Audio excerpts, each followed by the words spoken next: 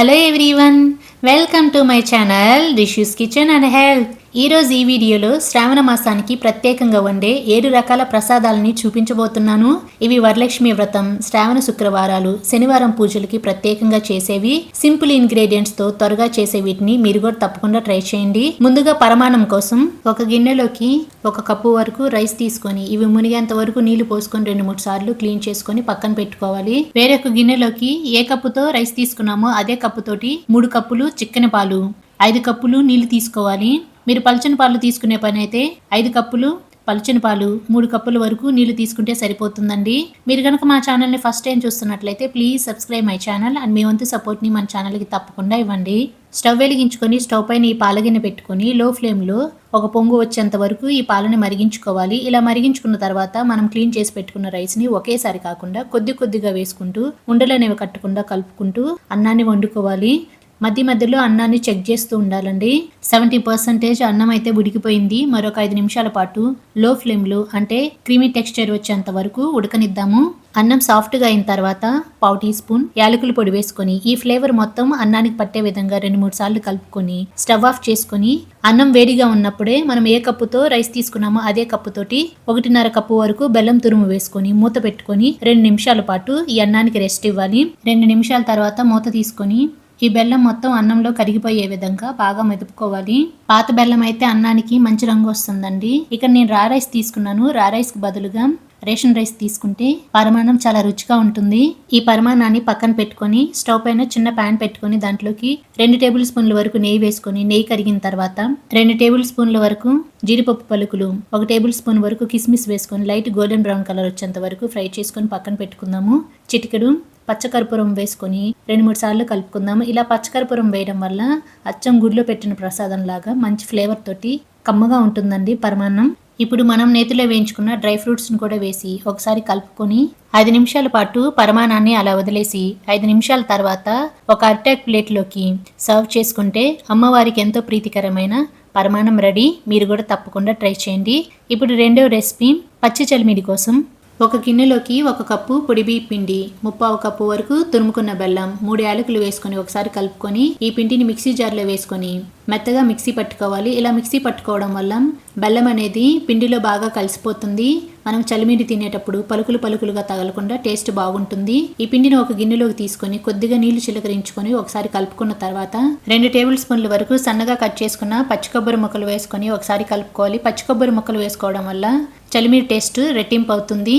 కొద్దిగా నీళ్ళు చల్లుకుంటూ medium size పిండి ముద్దలా కలుపుకొని 2 టేబుల్ స్పూన్ల వరకు నెయ్యి వేసుకొని మరొకసారి కలుపుకుంటే అమ్మవారికి ఎంతో ప్రీతికరమైన నైవేద్యం పచ్చి చలిమిడి రెడీ. మీకు మైల్డ్ స్వీట్ కావాలంటే 1/2 కప్పు వరకు బెల్లం తురుము వేసుకోండి చాలు. ఇప్పుడు మూడో రెసిపీ వడపప్పు కోసం ఒక గిన్నెలో 1/2 కప్పు వరకు పెసరపప్పు తీసుకొని కొద్దిగా నీళ్లు పోసుకొని 2-3 సార్లు క్లీన్ చేసుకొని మళ్ళీ నీళ్లు పోసుకొని ఒక అరగంట పాటు అలా ఈ పెసరపప్పుని నాననివ్వాలి. అరగంట తర్వాత దీంట్లో ఉన్న వాటర్ని వడగట్టి ఒక గిన్నెలోకి పెసరపప్పును తీసుకొని కొద్దిగా బెల్లం ముక్కలు, 1 టేబుల్ స్పూన్ వరకు పచ్చి కొబ్బరి ముక్కలు వేసుకొని అమ్మవారికి నైవేద్యంగా సమర్పించడమే. చాలా తేలిగ్గా తయారయ్యే ప్రసాదం ఇది. ఇప్పుడు 4వ రెసిపీ పానకం కోసం ఒక గిన్నెలోకి తురుముకున్న బెల్లం 1/2 కప్పు వరకు వేసుకొని ఏ కప్పుతో బెల్లం తీసుకున్నామో అదే కప్పుతోటి 1 కప్పు వరకు నీళ్లు పోసుకొని 10 నిమిషాల పాటు ఈ బెల్లాన్ని నీటిలో కరిగించుకోవాలి. ఈ బెల్లం కరిగేలోపు ఒక రోల్ తీసుకొని దాంట్లోకి 1/2 టీ స్పూన్ మిరియాలు, 4 యాలకులు, 2 సొంటి ముక్కలు తీసుకొని లైట్ బరకగా గ్రైండ్ చేసుకొని ఈ పొడిని పక్కన పెట్టుకోవాలి.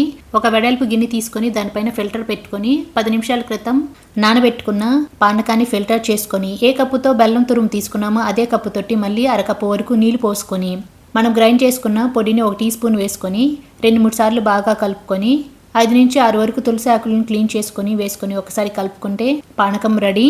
మీకు కావాలంటే 1 టీ స్పూన్ వరకు నిమ్మరసం వేసుకోవచ్చండి. ఇంట్రెస్ట్ లేని వాళ్ళు స్కిప్ చేయొచ్చు.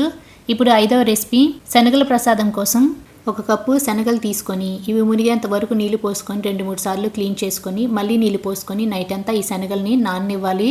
చూడండి నెక్స్ట్ డేకి ఇలా చక్కగా నానిపోతాయి. ఇలా నానబెట్టుకున్న శనగల్ని మళ్ళీ 2-3 సార్లు క్లీన్ చేసుకొని ఒక పప్పు కుక్కర్లోకి వేసుకొని ఏ కప్పుతో మనం శనగలు తీసుకున్నామో అదే కప్పుతోటి 1/2 కప్పు వరకు నీళ్లు, 1/2 టీ స్పూన్ సాల్ట్ వేసుకొని మీడియం ఫ్లేమ్లో 3 విజిల్స్ వచ్చేంత వరకు ఈ శనగల్ని ఉడకనివ్వాలి.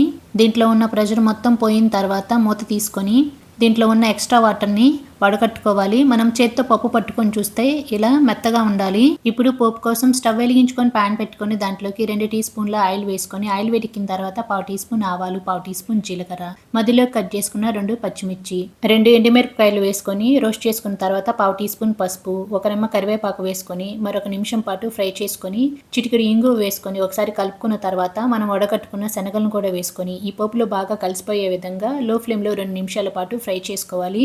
ఇప్పుడు రుచికి సరిపడినంత సాల్ట్ వేసుకొని మరొక 3 నిమిషాల పాటు ఫ్రై చేసుకొని స్టవ్ ఆఫ్ చేసుకొని ఒక సర్వింగ్ బౌల్లోకి వేడివేడిగా సర్వ్ చేసుకోవడమే. శనగల ఆరోగ్యానికి ఎంతో మంచిది. శనగలో ప్రోటీన్స్ ఎక్కువగా ఉంటాయి. క్యారెట్ తురుము కొంచెం పచ్చి కొబ్బరి తురుముతోటి గార్నిష్ చేసి అమ్మవారికి నైవేద్యంగా సమర్పించడమే. ఇప్పుడు 6వ రెసిపీ దద్దోజనం కోసం ఒక వెడల్పు గిన్నెలోకి 1 గ్లాసు రైస్ తీసుకొని ఇవి మునిగేంత వరకు నీళ్లు పోసుకొని 2-3 సార్లు ఈ రైస్ని బాగా కడగాలి. 1 గ్లాస్ రైస్కి 3 గ్లాసుల వరకు నీళ్లు పోసుకొని హ్యాండ్ తోటి 2-3 సార్లు కలుపుకొని స్టవ్ వెలిగించుకొని స్టవ్ పైన గిన్నె పెట్టుకొని మీడియం ఫ్లేమ్లో అన్నాన్ని వండుకోవాలి. మీరు రైస్ కుక్కర్లో వండుకునే పని అయితే 1 గ్లాస్ రైస్కి 2.5 గ్లాసుల వరకు వాటర్ పోసుకొని మీడియం ఫ్లేమ్లో 2 విజిల్స్ వచ్చేంత వరకు అన్నాన్ని వండుకుంటే సరిపోతుంది. అన్నం అయితే రెడీ అయిపోయింది. స్టవ్ ఆఫ్ చేసుకొని మనం వండుకున్న అన్నాన్ని ఒక వెడల్పు ప్లేట్లోకి తీసుకొని కొంచెం చల్లారిన తర్వాత ఒక గిన్నెతోటి మధ్యలోకి ఇలా ప్రెస్ చేసుకోవాలి. 1 కప్పు ఫ్రెష్ పెరుగు వేసుకోవాలి. దద్దోజనానికి ఎప్పుడైనా ఫ్రెష్ పెరుగు వేసుకుంటేనే టేస్ట్ బాగుంటుంది. పులిసిపోయిన పెరుగు పనికిరాదండి. ఈ పెరుగు మొత్తం అన్నంలో కలిసిపోయే విధంగా బాగా కలుపుకొని 3/4 కప్పు వరకు కాచి చల్లార్చుకున్న పాలు పోసుకొని మరొక 2-3 సార్లు కలుపుకొని రుచికి సరిపడినంత సాల్ట్ వేసుకొని ఈ సాల్ట్ మొత్తం అన్నంలో కలిసిపోయే విధంగా కలుపుకొని ఈ అన్నాన్ని పక్కన పెట్టుకోవాలి. ఇప్పుడు పోపు కోసం స్టవ్ వెలిగించుకొని మందపాటి ప్యాన్ పెట్టుకొని దాంట్లోకి 1 టేబుల్ స్పూన్ ఆయిల్ వేసి వేడి చేసి 1 టీ స్పూన్ శనగపప్పు, 1/2 టీ స్పూన్ ఆవాలు, 1/2 టీ స్పూన్ జీలకర్ర, 1/2 టీ స్పూన్ మిరియాలు, 1/2 టీ స్పూన్ సన్నగా కట్ చేసుకున్న అల్లం ముక్కలు, 3 పచ్చిమిరపకాయలని ఇలా కట్ చేసుకొని వేసుకోవాలి.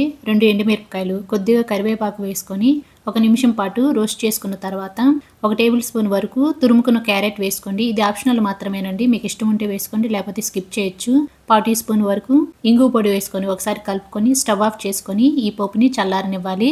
అది చల్లారేలోపు ఒక హాట్ బాక్స్లోకి మనం రెడీ చేసుకున్న అన్నాన్ని వేసుకొని చల్లార్చుకున్న పోపుని వేసుకొని 2-3 సార్లు కలుపుకోవడమే. అంతేనండి, టేస్టీ టెంపుల్ స్టైల్ దద్దోజనం రెడీ. 10 నిమిషాల తర్వాత అమ్మవారికి నైవేద్యంగా సమర్పించుకుంటే టేస్ట్ ఇంకా బాగుంటుంది. ఇప్పుడు 7వ రెసిపీ టెంపుల్ స్టైల్ పులిహోర కోసం ఒక గిన్నెలోకి పెద్ద నిమ్మకాయంత సైజు చింతపండు తీసుకోవాలి. గ్రాముల్లో చెప్పాలంటే 40 గ్రాముల నుంచి 50 గ్రాముల వరకు చింతపండు తీసుకొని ఇవి మునిగేంత వరకు నీళ్లు పోసుకొని 2-3 సార్లు క్లీన్ చేసుకొని 3/4 గ్లాస్ వరకు వేడి నీళ్లు పోసుకొని ఒక 10 నిమిషాల పాటు ఈ చింతపండుని నాననివ్వాలి. ఈ చింతపండు నానేలోపు ఒక రైస్ కుక్కర్లోకి 1 గ్లాస్ రైస్ తీసుకొని ఇవి మునిగేంత వరకు నీళ్లు పోసుకొని 2-3 సార్లు క్లీన్ చేసుకొని 1 గ్లాస్ రైస్కి 2 గ్లాసుల వరకు నీళ్లు పోసి 1/2 teaspoon salt, 1 teaspoon oil వేసుకొని మీడియం ఫ్లేమ్లో 2 విజిల్స్ వచ్చేంత వరకు అన్నాన్ని వండుకోవాలి. అన్నం ఉడికేలోపు మనం చింతపండు గుజ్జును తీసుకుందాము. మీకు టైం ఉంటే నైట్ పూటే చింతపండు గుజ్జును తీసుకొని ఫ్రిడ్జ్లో స్టోర్ చేసుకోవచ్చు. టైం లేదనుకుంటే 10 నిమిషాల పాటు ఇలా వేడి నీళ్ళల్లో చింతపండుని నానబెట్టుకుంటే చింతపండు గుజ్జు చిక్కగా వస్తుందండి. నానబెట్టుకున్న చింతపండుని 4-5 సార్లు చేత్తో మ్యాష్ చేసుకుని ఒక గిన్నెలోకి ఈ చింతపండు గుజ్జుని ఫిల్టర్ చేసుకోవాలి. చింతపండు గుజ్జుని ఇలా ఫిల్టర్ చేసుకోవడం వల్ల దీంట్లో రా పార్టికల్స్ ఉంటే రిమూవ్ అవుతాయి. ఆల్రెడీ నేను ఇక్కడ 3/4 గ్లాస్ వరకు వేడి నీళ్ళు పోసుకున్నాను కాబట్టి ఎక్స్ట్రా వాటర్ యాడ్ చేయని అవసరం లేదు. మనం చింతపండు పులుసుని పట్టుకొని చూస్తే మరీ తిక్కుగా ఉండకూడదు, అలానే పలుచుగా ఉండకూడదు. ఇలా మధ్యస్థం థిక్నెస్ తోటి ఉంటే సరిపోతుంది. ఈ చింతపండు పులుసుని పక్కన పెట్టుకుందాము. అన్నాన్ని ఒకసారి చెక్ చేసుకుందాము. అన్నం అయితే చక్కగా ఉడికిపోయింది కదా, పొడి పొడిలాడుతూ ఉంది. ఈ వేడి మీదే మూత పెట్టుకొని అన్నాన్ని పక్కన పెట్టుకుందాము. ఇప్పుడు పులిహోర పొడి కోసం స్టవ్ వెలిగించుకొని ప్యాన్ పెట్టుకొని దాంట్లోకి 1 టీ స్పూన్ శనగపప్పు, 1 టీ స్పూన్ మినపప్పు, 1 టీ స్పూన్ మిరియాలు, 1 టీ స్పూన్ జీలకర్ర, 1/2 టీ స్పూన్ ఆవాలు, 1/4 టీ స్పూన్ మెంతులు వేసుకొని లో ఫ్లేమ్లో 5 నిమిషాల పాటు మంచి సువాసన వచ్చేంత వరకు డ్రై రోస్ట్ చేసుకోవాలి. ఇప్పుడు మధ్యలోకి తుంచుకున్న 3 ఎండుమిరపకాయలు వేసుకొని మరొక 2 నిమిషాల పాటు డ్రై రోస్ట్ చేసుకొని స్టవ్ ఆఫ్ చేసుకొని ఒక ప్లేట్లోకి తీసుకొని వీటిని కంప్లీట్గా చల్లారనివ్వాలి. ఇవి చల్లారిన తర్వాత ఒక మిక్సీ జార్లోకి తీసుకొని మెత్తగా మిక్సీ పట్టుకున్న తర్వాత వేయించుకున్న 2 టీ స్పూన్ల తెల్ల నువ్వులు వేసుకొని మరొకసారి మిక్సీ పట్టుకొని ఈ పొడిని పక్కన పెట్టుకుందాము. ఇప్పుడు పోపు కోసం స్టవ్ వెలిగించుకొని మందపాటి ప్యాన్ పెట్టుకొని దాంట్లోకి 3-4 టేబుల్ స్పూన్ల వరకు ఆయిల్ వేసుకొని ఆయిల్ వేడెక్కిన తర్వాత 2 టేబుల్ స్పూన్ల వరకు పల్లీలు వేసుకొని లైట్ గోల్డెన్ బ్రౌన్ కలర్ వచ్చేంత వరకు పల్లీలని వేగనివ్వాలి. ఇవి వేగిన తర్వాత 1 టీ స్పూన్ శనగపప్పు, 1 టీ స్పూన్ మినపప్పు, 1/2 టీ స్పూన్ సన్నగా తరిగిన అల్లం ముక్కలు, 4 మధ్యలో కట్ చేసుకున్న పచ్చిమిరపకాయలు 3 ఎండుమిరపకాయలు వేసుకొని 2 నిమిషాల పాటు ఫ్రై చేసుకున్న తర్వాత గుప్పెడు జీడిపప్పు పలుకులు వేసుకొని మరొక నిమిషం పాటు ఫ్రై చేసుకోవాలి. 1/2 టీ స్పూన్ పసుపు, ఒక రెమ్మ కరివేపాకు వేసుకొని దీనిలో పచ్చిదనం పోయేంత వరకు ఫ్రై చేసుకోవాలి. మనం ముందుగా రెడీ చేసి పెట్టుకున్న చింతపండు పులుసును కూడా వేసుకొని ఈ చింతపండు పులుసు మొత్తం ఈ ఆయిల్లో కలిసిపోయే విధంగా బాగా 4-5 సార్లు కలుపుకొని చింతపండు పులుసు చిక్కగా అయ్యేంత వరకు మరిగించుకోవాలి. ఇప్పుడు రుచికి సరిపడినంత సాల్ట్ వేసుకొని సాల్ట్ మొత్తం పులుసులో కలిసిపోయే విధంగా కలుపుకోవాలి. నేను పచ్చిమిరపకాయలని ముందుగానే వేసుకున్నాను. మీకు కారం ఎక్కువగా అనిపిస్తే ఈ చింతపండు పేస్ట్ని దింపబోయే 1 నిమిషం ముందు 4 మధ్యలోకి చీల్చుకున్న పచ్చిమిరపకాయలు వేసుకుంటే సరిపోతుంది. 1 టీ స్పూన్ బెల్లం పొడి వేసుకోవాలి. ఇలా బెల్లం పొడి వేసుకోవడం వల్ల పులిహోర ఎక్కువ పుల్లగా ఉండదు, పులుపుని బ్యాలెన్స్ చేస్తుంది. 1/2 టీ స్పూన్ వరకు ఇంగువ వేసుకొని ఇదంతా ఒకసారి కలుపుకున్న తర్వాత లో ఫ్లేమ్లో మరొక 5 నిమిషాల పాటు ఈ చింతపండు పేస్ట్ని బాగా మరగనివ్వాలి. ఇలా ఆయిల్ సపరేట్ అవుతున్నప్పుడు స్టవ్ ఆఫ్ చేసుకొని ఈ చింతపండు పేస్ట్ని చల్లారనివ్వాలి. ఇది చల్లారేలోపు ఒక వెడల్పు ప్లేట్లోకి మనం వండుకున్న అన్నాన్ని తీసుకొని చేతితోటి ఈవెన్గా ఇలా స్ప్రెడ్ చేసుకొని మనం మిక్సీ పట్టుకున్న పులిహోర పొడిని 1 టీ స్పూన్ వరకు వేసుకొని అన్నంలో పులిహోర పొడి కలిసిపోయే విధంగా కలుపుకోవాలి. ఇప్పుడు చల్లార్చుకున్న చింతపండు పేస్ట్ని కూడా వేసుకొని ఈ అన్నానికి చింతపండు పేస్టు పట్టేలాగా పైపైన కలుపుకోవాలి. చేతి వేళ్ళతోటి అన్నాన్ని కలుపుకోవాలి, అరచేతితోటి కలుపుకోకూడదు. ఇప్పుడు రుచికి సరిపడినంత ఉప్పు వేసుకొని ఈ ఉప్పు మొత్తం పులిహోరలో కలిసిపోయే విధంగా బాగా కలుపుకోవాలి. ఇలా చేస్తే పులిహోర రుచి అచ్చం గుడిలో చేసినట్టుగానే ఉంటుంది. మరి ఇంకెందుకు ఆలస్యం, మీరు కూడా తప్పకుండా ట్రై చేయండి. పులిహోరని కలుపుకున్న వెంటనే అమ్మవారికి నైవేద్యం పెట్టకుండా అరగంట తర్వాత పెట్టండి, రుచి రెట్టింపు అవుతుంది. అంతేనండి, టెంపుల్ స్టైల్ పులిహోర రెడీ. ఈ వరలక్ష్మి వ్రతానికి మీరు కూడా తప్పకుండా ఈ 7 ప్రసాదాలని ట్రై చేయండి. ట్రై చేశాక ఎలా వచ్చిందో నాకు కామెంట్ చేయండి. మా వీడియో కనుక మీకు నచ్చినట్లయితే లైక్ చేయండి, మీ ఫ్రెండ్స్కి రిలేటివ్స్కి షేర్ చేయండి, కామెంట్ చేయండి, సబ్స్క్రైబ్ చేసుకోవడం మాత్రం మర్చిపోకండి. Thanks for watching.